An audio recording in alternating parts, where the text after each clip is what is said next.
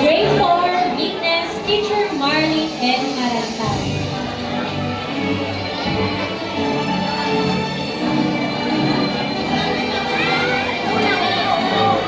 Good morning, everyone.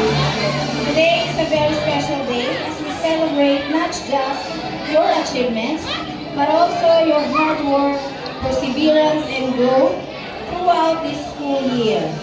As your class advisor, I am truly proud of each one of you. Now it is my honor to present the awardees of our class.